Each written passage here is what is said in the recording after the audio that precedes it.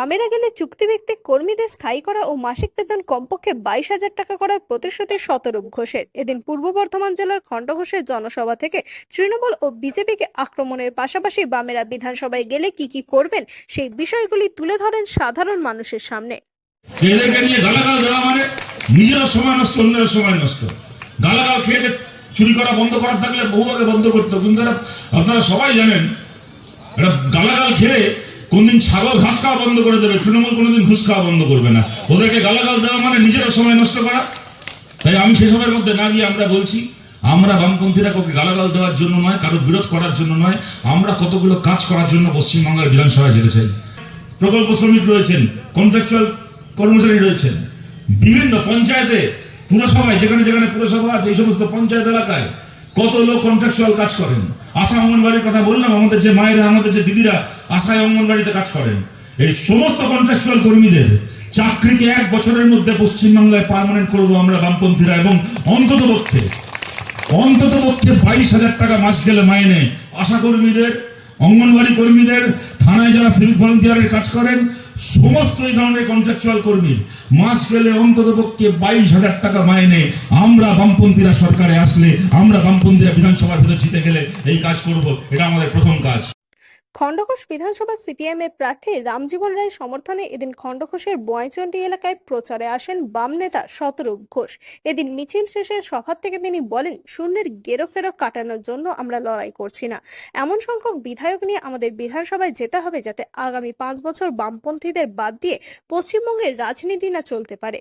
প্রত্যেকটি আসনেই আমাদের ভোট আগের থেকে বাড়বে, কিন্তু 294টা আসনেই আমরা জিতবো এমনটা নয়, তবে অনেক আসনেই আমরা জিতবো, এবং তার মধ্যে যদি ভালো সংখ্যক বিধায়ক নিয়ে বিধানসভায় যেতে হয় তাহলে খণ্ডঘোষ বিধানসভার আসনটা আমাদের জিততেই হবে।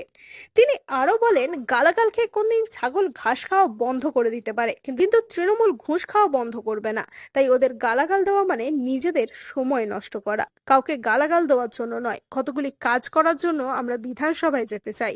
আমরা বিধানসভায় গেলে, আমরা জিতে গেলে চুক্তিভিত্তিক কর্মীদের স্থায়ী করব এবং মাসিক বেতন কমপক্ষে 22,000 টাকা করব। সরকারে এসছে, ক্ষমতা এসে কি করবে? স্কুল, কলেজ, হাসপাতাল, বিশ্ববিদ্যালয় বানাবে না। কি করবে? অযোধ্যা একটা মন্দির বানাবে, আর গুজরাটে একখানা বড় সর্দার পটেলের স্ট্যাচু বানাবে। মানে এর চেয়ে বলোকে ভোট দিতে হবে। তো মোদী যদি রাম মন্দির বানাতে পারে তাহলে আমাদের মমতা ব্যানার্জি কম যায়? বলে, মোদী তুই রাম মন্দির বানিয়েছিস তো দেখবি, আমি পারি না?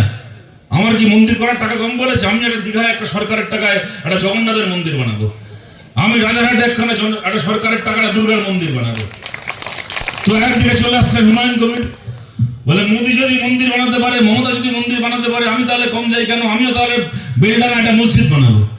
আর ঘরে ঘরে বেকার ছেলেমেয়েরা বসে কি দেখছে? মোদী তাদের জন্য রামের মন্দির বানাবে, মমতা ব্যানার্জি জগন্নাথের মন্দির বানাবে, হুমায়ুন কবির বাবরি মসজিদ বানাবেন, আর ঘরে ঘরে আমাদের বেকার ভাই বোনেরা কি করবে?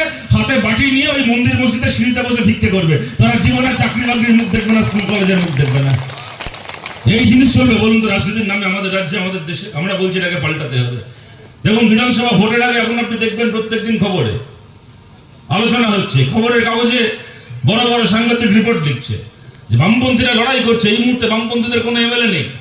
বামপন্থীরা শূন্যর গেরো কাটাতে পারবে কিনা?